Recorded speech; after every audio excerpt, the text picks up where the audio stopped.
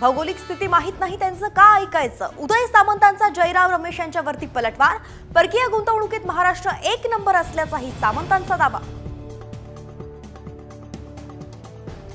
शिंदे गटाचा दसरा मेळावा सुरत किंवा गुवाहाटीत व्हायला हवा. दसरा मेळाव्यावरून संजय राऊतांची बोचरी टीका.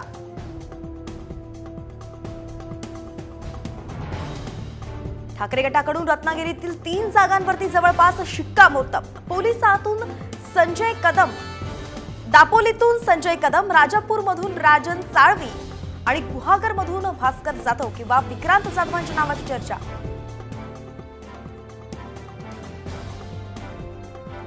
नागपुरात फडणवीसांचं डिपॉझिट जप्त झालंच पाहिजे. आपला निसरता विजय नको, दणदणीत विजय हवा. नाव न घेता उद्धव ठाकरेंचा फडणवीसांना इशारा.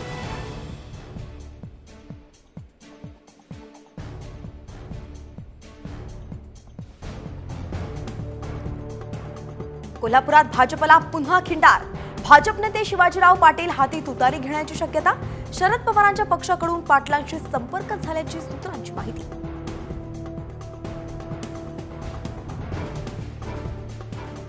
ऐन विधानसभेच्या तोंडावरती झारखंडमध्ये अजित पवारांना धक्का. एकमेव आमदार कमलेश सिंग भाजपमध्ये करणार प्रवेश. 3 ऑक्टोबरला पक्षप्रवेश सोहळा.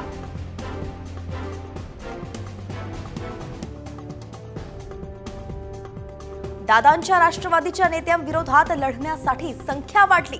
आगामी विधानसभेसाठी शरद पवारांकडे इच्छुकांची गर्दी.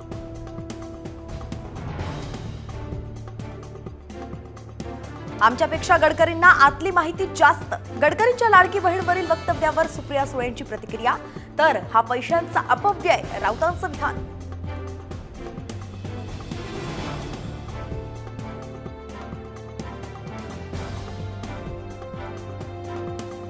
पुरंदर विमानतळाबाबत महत्त्वाची बैठक. पुढील आठवड्यात केंद्रीय हवाई वाहतूक राज्यमंत्री मुरलीधर मोहोळ करणार चर्चा.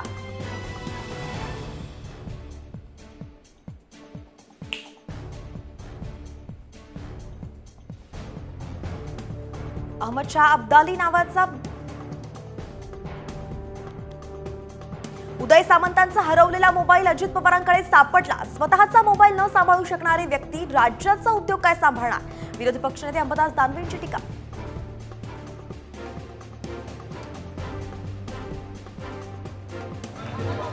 राष्ट्रवादीच्या महिला प्रदेशाध्यक्ष रोहिणी खडसेंच्या हातात साप असलेला व्हिडिओ व्हायरल.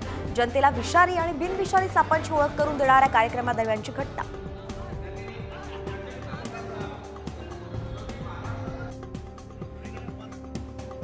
एकनाथ शिंदेंनाही शहीद करायचं होतं का? आमदार संजय शिरसाटांचा उद्धव ठाकरेंना सवाल. नक्षली धमक्यांमुळे Z+ सुरक्षेची मागणी करूनही सही का केली नाही, असाही प्रश्न.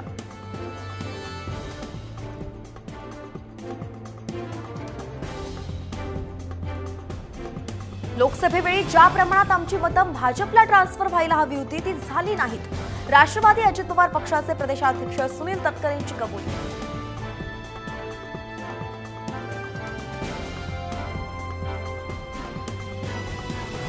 भाजप आमदार नितेश राणेंविरोधात अमरावतीच्या अचलपूर ठाण्यात गुन्हा दाखल.